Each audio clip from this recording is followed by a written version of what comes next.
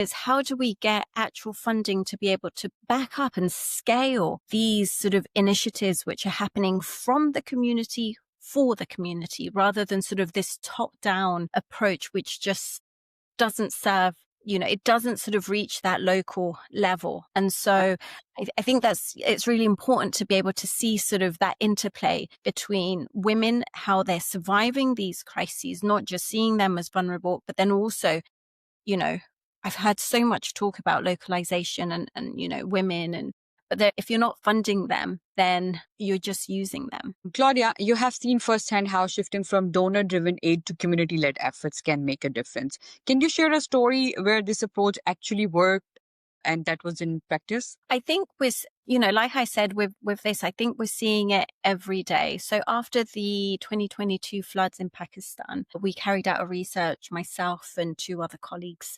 We carried out a research, and what was interesting, or what really sort of emerged from sort of that research findings, which is that the report's now being published, is how communities themselves shared the little resources that they had, how they sort of regrouped. No one told them to, no one, showed them practicalities, but they were able to do that. They were also able to mobilize through Facebook to be able to sort of alert other communities that the floods were happening.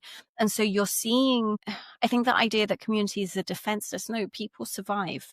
People try and survive the best they can. And so there are examples happening every single day. The issue isn't where and how these are happening. The issue is that this isn't being recognized at sort of that top level decision making. That's correct. There are a lot of inequalities, and I do agree with you. And